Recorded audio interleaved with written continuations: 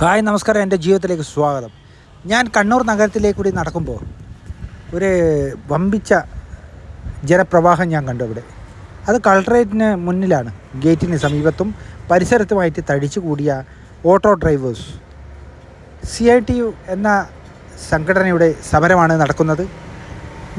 എന്താ പറയണ്ടേ, ജനപങ്കാളിത്തം കൊണ്ട്, അതായത് ഡ്രൈവർമാരുടെ പങ്കാളിത്തം കൊണ്ട് സമരം അതിശക്തമായിട്ട് മുന്നോട്ട് പോകുന്ന കാഴ്ചയാണ് ഞാൻ കണ്ടിട്ടുള്ളത്. ഏത് ഭാഗത്തും ഗേറ്റിൻ്റെ, കളക്ടറേറ്റിൻ്റെ ഏത് മെയിൻ ഭാഗങ്ങളിലും, ഇപ്പുറത്തെ RTO ഓഫീസിൻ്റെ ഭാഗത്തും ഗേറ്റിൻ്റെ സൈഡിലെല്ലാം ഡ്രൈവർ തമ്പടിച്ച് നിൽക്കുന്ന കാഴ്ചകളാണ് കണ്ടത്. അതായത് സമരം അതിശക്തമായിട്ട് മുന്നോട്ട് പോകുന്ന കാഴ്ചയാണ് എനിക്ക് കാണാൻ കഴിഞ്ഞത്. അപ്പോൾ ഞാൻ അത് വീഡിയോ പകർത്തി നിങ്ങളിലേക്ക് എത്തിക്കണ്ടേ? ആ ഒരു കാഴ്ച, ആ ഒരു സമരം എന്താണ് എന്നറിയണ്ടേ? അത് വേറൊന്നുമല്ല, ഓട്ടോ ചാർജ് 30 രൂപയാണ് 5-8 വർഷങ്ങളായിട്ട്, അല്ലേ? അത് നിങ്ങൾക്കെല്ലാവർക്കും അറിയാമായിരിക്കും. അപ്പോൾ ഈ 5-8 വർഷമായിട്ടും പല ഗ്യാസിനായാലും പെട്രോളിനായാലും ഡീസലിനായാലും പച്ചക്കറിയായാലും എന്ത് വേണ്ട, ഉപ്പ് തൊട്ട് കർപ്പൂരം വരെയുള്ള സാധനങ്ങൾക്കെല്ലാം വില കൂടി. ചായക്ക് വരെ 14-15 രൂപയൊക്കെയാണ് മേടിക്കുന്നത്. അതുപോലെ ഊണിനും എല്ലാം 10 രൂപ കയറ്റി, ബിരിയാണിക്ക്, കുഴിമന്തിക്ക് എന്ന് വേണ്ട സകല സാധനങ്ങൾക്കും വില കയറി. അപ്പോൾ ഈ ഓട്ടോ ചാർജ് 30 രൂപയിൽ നിന്ന് 5-8 വർഷമായി ഓട്ടോ ഡ്രൈവർമാർ ഇതുകൊണ്ട് ഉരുട്ടുന്നത്. അപ്പോൾ ഇതിനൊരു പ്രതിവിധി, എന്തായാലും പ്രതിവിധിയല്ല, അതിൻ്റെ ചാർജ് വർധനവ്, അത് മിനിമം ചാർജ് 50 രൂപയാക്കണമെന്ന് നിർദ്ദേശമാണ് യൂണിയൻ മുന്നോട്ട് വെക്കുന്നത്. അത് ഗവൺമെൻറ് അധികാരികളെ അംഗീകരിക്കുക. കാരണം എല്ലാത്തിനും വില കൂടി, വണ്ടികളുടെ പാർട്സിന് വരെ വില കൂടി. അപ്പോൾ വളരെ ദയനീയാവസ്ഥയിലാണ് ഓട്ടോറിക്ഷ ഡ്രൈവർമാർ. അതുകൊണ്ട് ഈ വീഡിയോ എല്ലാവരും ഒന്ന് ഷെയർ ചെയ്യുക, നിങ്ങളുടെ കമൻറ്റുകൾ രേഖപ്പെടുത്തുക. അത്രയും വലിയ ജനപ്രവാഹമാണ് എല്ലാ ജില്ലാ കേന്ദ്രങ്ങളിലും കളക്ടറേറ്റിലും സെക്രട്ടേറിയറ്റിലും നടക്കുന്ന സമരം അതിഗംഭീരം ആയിരുന്നു. ഈ വീഡിയോ പരമാവധി നിങ്ങൾ ഷെയർ ചെയ്യുക, എല്ലാ വിഭാഗം ജനങ്ങളിലേക്കും എത്തിക്കുക. കേരളമെമ്പാടും ഇത് കാണട്ടെ, അംഗീകരിക്കട്ടെ. ചായക്ക് പൈസ കൂടിയല്ലോ, പൊറോട്ടക്ക് കാശ് കൂടിയല്ലോ, കറിക്ക് കാശ് കൂടിയല്ലോ, ഊണിന് കാശ് കൂടിയല്ലോ, എല്ലാത്തിനും വില കൂടിയല്ലോ. ഒരു ദിവസം 150 രൂപയല്ലേ, ഒരു മാസം 4500 മക്കൾക്കപ്പം മേടിക്കേണ്ട പൈസയല്ലേ, മക്കളെ വിദ്യാഭ്യാസ ആവശ്യത്തിന് ചെലവഴിക്കേണ്ടുന്ന പൈസയല്ലേ, ലോണടക്കേണ്ടുന്ന കാശല്ലേ, അതല്ലേ കൊള്ളയടിക്കപ്പെടുന്നത്. പ്രിയപ്പെട്ടവരെ, ഇത് നയത്തിന്റെ ഭാഗമാണ്. ഈ നയത്തിന്റെ ഭാഗമാണ്. ഈ വിലക്കയറ്റമെന്ന് തിരിച്ചറിയുന്നതോടൊപ്പം തന്നെ തിരിഞ്ഞു നോക്കിയിട്ട് നാരായണ നാരായണ നാരായണ നാരായണ, പാലം കടിഞ്ഞപ്പോ കൂരായണ കൂരായണ കൂരായണ, എന്തെല്ലാം വാഗ്ദാനമാണ്. നമ്മളെ പാവപ്പെട്ട ആശമാര് അവര് സമരം ചെയ്തു, അവരുടെ വേതനത്തിനകത്ത് വർധനവ് വേണമെന്ന്. അപ്പോൾ നമ്മുടെ സതീശ മേനോൻ ആ സമര കേന്ദ്രത്തിനകത്ത് പോയി ആ സമരം ചെയ്യുന്ന ആശമാർക്ക് ഉറപ്പ് കൊടുത്ത്, എന്താ ഉറപ്പ്? കേരളത്തിനകത്ത് 2026 UDF വരും. UDF വന്നാൽ ആദ്യ സന്ദേശം കൊണ്ട് നിൽക്കാൻ പറ്റുക. ആദ്യത്തെ മന്ത്രിസഭാ യോഗത്തിന്റെ തീരുമാനം ആശമാരുടെ 21,000 രൂപ ആശമാർ റിട്ടയർമെന്റ് ചെയ്യുമ്പോ അവർക്ക് 5 ലക്ഷം രൂപ നഷ്ടപരിഹാരം. ഒന്നാമത്തെ മന്ത്രിസഭാ യോഗം ചേരുന്ന ദിവസവും ആശമാരെല്ലാം TV തുറപ്പിന് കാത്തിരുന്ന് ഇപ്പൊ പ്രഖ്യാപിക്കും 21,000. മലയേറിയ പ്രസവിച്ച പോലെ 21,000 പ്രഖ്യാപിച്ചില്ല. നഷ്ടപരിഹാരം 5 ലക്ഷം ഇല്ല. ആശമാരെ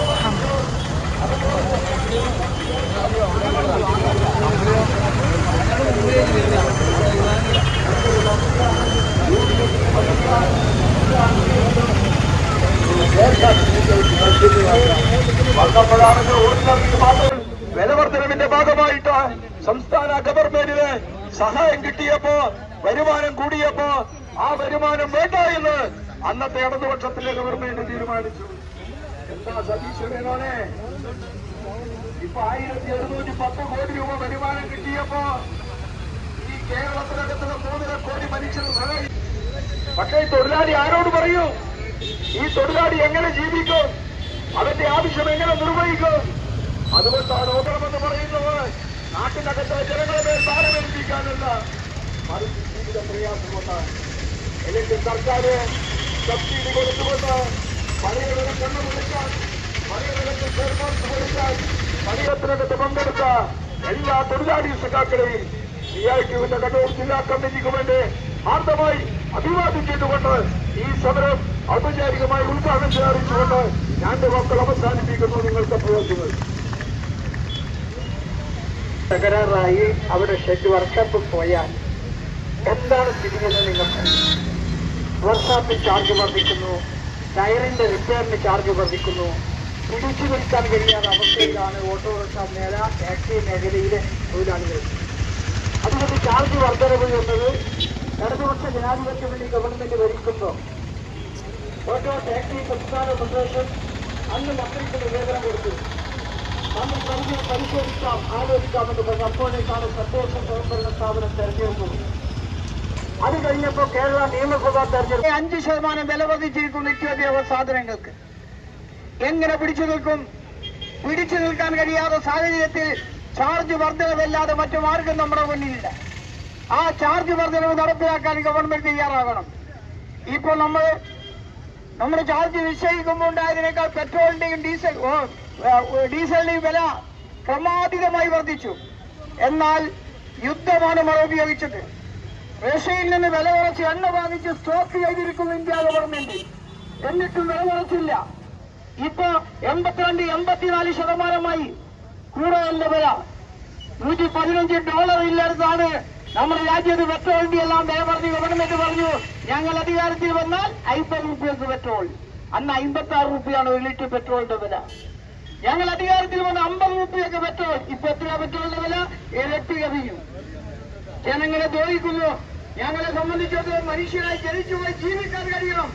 ആ ജീവിത പോരാട്ടമാണ് നമ്മൾ നടത്തുന്നത്. ഓട്ടോറിക്ഷ ടാക്സി രംഗത്തെ തൊഴിലാളികളെ ഏറ്റവും വലിയ തൊഴിലാളി സമൂഹം, ആ സമൂഹമാകെ ഒന്നടങ്കം സമര രംഗത്താണ്. അവരുടെ തൊഴിൽ ഉപേക്ഷിച്ചുകൊണ്ട് ഞങ്ങൾക്കും ഈ നാട്ടിൽ ജീവിക്കണം, ഞങ്ങൾക്ക് മാന്യമായി ജീവിക്കാൻ ആവശ്യമായ ചാർജ് അനുവദിക്കണം എന്നാവശ്യപ്പെട്ടുകൊണ്ടാണ് ഈ സമരം സംഘടിപ്പിച്ചിട്ടുള്ളത്. നമുക്ക് അവർക്കും അറിയാം, ഇപ്പോ സംസാരിച്ചവരെല്ലാം പറഞ്ഞു, ഈ അടുത്ത കാലത്ത് പശുവേഷൻ തെരഞ്ഞെടുപ്പിന്റെ പശുവേഷൻ സംഘർഷത്തിന്റെ സാഹചര്യത്തിൽ വില പെട്ടെന്ന് പെട്രോളിന്റെ ഡീസലിന്റെയും ഇന്ധനത്തിന്റെയും വില കൂട്ടാൻ ആവശ്യപ്പെട്ടപ്പോ കേന്ദ്ര സർക്കാർ കൂട്ടിയില്ല. കുറെ കാലം കൂട്ടാതെ നിന്നു. എന്താ കാരണം? ആ കാരണം എന്ന് പറഞ്ഞത് ഞങ്ങൾ നിങ്ങൾക്ക് കൂട്ടു സമയം. നമുക്കറിയാം, ഇന്നേ സമരത്തിന് ആധാരമായ വിഷയങ്ങൾ ഉദ്ഘാടനം ചെയ്ത സഖാവ് മനോഹരനും അഭിവാദ്യം ചെയ്ത സഖാക്കളും സ്വാഗത പ്രസംഗം നടത്തിയ ബാബുരാജും വിശദമായി തന്നെ പ്രതിപാദിച്ചു. ഒരു ദിവസം ലാഭമില്ലാതെ പണിയെടുത്താൽ ഒരു തൊഴിലാളിക്ക് ഇന്നത്തെ സാഹചര്യത്തിൽ ഒരു 500 രൂപയെങ്കിലും വേതനം കിട്ടണ്ടേ? ഈ മേഖലയിലെ തൊഴിലാളികൾക്ക് ആ വരുമാനം കിട്ടുന്നില്ല. പലരും ഈ പണി ഉപയോഗിച്ചിട്ട് കേരളത്തിൽ അങ്ങോളം ഇങ്ങോളമുള്ള ജില്ലാ കേന്ദ്രങ്ങളിൽ മാർച്ചും ധർണയും സംഘടിപ്പിച്ചതിൻ്റെ ആധാരമായിട്ടുള്ള സംസാരിച്ചിട്ടുണ്ട്. ഇവിടെ നമുക്കറിയാം, തൊഴിലാളികളെ സംബന്ധിച്ചിടത്തോളം ഏറ്റവും നരേന്ദ്രമോദി സർക്കാരിൻ്റെ കോർപ്പറേറ്റ് പ്രീണന നയത്തിൻ്റെ ഭാഗമായി രാജ്യത്തെ എല്ലാ വിഭാഗം ജനങ്ങളും കടുത്ത പ്രതിസന്ധികളിലൂടെ ജീവിതം മുന്നോട്ട് കൊണ്ടുപോവുകയാണ്. ഇവിടെ മോട്ടോർ തൊഴിലാളികളെ സംബന്ധിച്ചിടത്തോളം മറ്റുള്ള തൊഴിലാളികളിൽ നിന്ന് വ്യത്യസ്തമായി അവരെ ഈ ആവശ്യങ്ങൾ നേടിയെടുക്കുന്നതിന് യാതൊരു മടിയുമില്ലാതെ മുന്നിട്ടിറങ്ങും എന്ന കാര്യത്തിൽ യാതൊരു സംശയവുമില്ല. CITU പ്രസ്ഥാനം മുമ്പും ഇത്തരം ഘട്ടങ്ങളിൽ തൊഴിലാളികളുടെ പക്ഷം നിന്നുകൊണ്ട് പ്രവർത്തിച്ചിട്ടുള്ള സംഘടനയാണ് എന്ന് എല്ലാ തൊഴിലാളികളെ സംബന്ധിച്ചിടത്തോളം നല്ല ധാരണയുണ്ട്. ആ ധാരണയിൽ തന്നെ നമുക്ക് മുന്നോട്ട് പോകാം എന്ന് മാത്രമല്ല.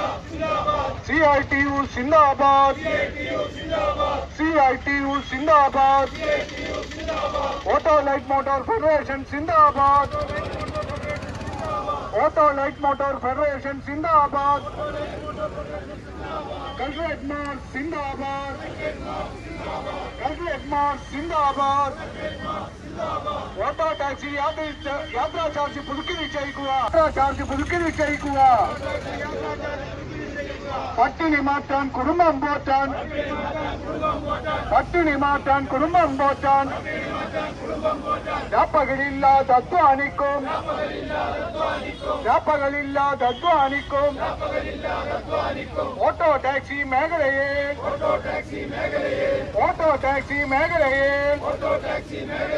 യാത്രാ ചാർജ് പുതുക്കാനായി അടിയന്തരമായി നടപടി വേണം അടിയന്തരമായി നടപടി വേണം ഉടനെ വേണം സർക്കാരെ ഉടനെ വേണം സർക്കാരെ petrol diesel CNGO petrol diesel CNGO പേപ്പാസിനും ഓയിലിനോ പേപ്പാസിനും ഓയിലിനോ നിത്യം നിത്യം വില കൂടുമ്പോൾ ഓട്ടോ ടാക്സി തൊഴിലാളികളുടെ ഓട്ടോ ടാക്സി തൊഴിലാളികളുടെ ജീവിത ദുരിതം കൂടുന്നു ജീവിത ദുരിതം കൂടുന്നു രാപ്പകലില്ലാതെ അധ്വാനിച്ചോ രാപ്പകലില്ലാതെ അധ്വാനിച്ചോ ജീവിക്കാനൊരു വഴിയില്ലാതെ ജീവിക്കാനൊരു വഴിയില്ലാതെ ദുരിതം മാത്രം കയറി നടക്കും ദുരിതം മാത്രം കയറി നടക്കും ഓട്ടോ ടാക്സി തൊഴിലാളികൾക്ക് ഓട്ടോ ടാക്സി തൊഴിലാളികൾക്ക് അല്പമൊഴുക്കി ആശ്വാസത്തിന് എടുക്കണം എന്ന് ഞങ്ങൾ അഭ്യർത്ഥിക്കുകയാണ്. കഴിഞ്ഞ ഗവൺമെന്റിന്റെ കാലത്ത് മാത്രമല്ല ഈ ഗവൺമെന്റ് അധികാരത്തിൽ വന്നതിന് ശേഷവും ട്രാൻസ്പോർട്ട് മന്ത്രിയെ കണ്ട് നിവേദനം കൊടുത്ത് അടിയന്തരമായി ഈ ഗൗരവത്തോടുകൂടി തന്നെ ഈ വിഷയം കൈകാര്യം ചെയ്യണമെന്ന് സംസ്ഥാന നേതാക്കന്മാർ ട്രാൻസ്പോർട്ട് മന്ത്രിയോട് ആവശ്യപ്പെട്ടിരിക്കുകയാണ്.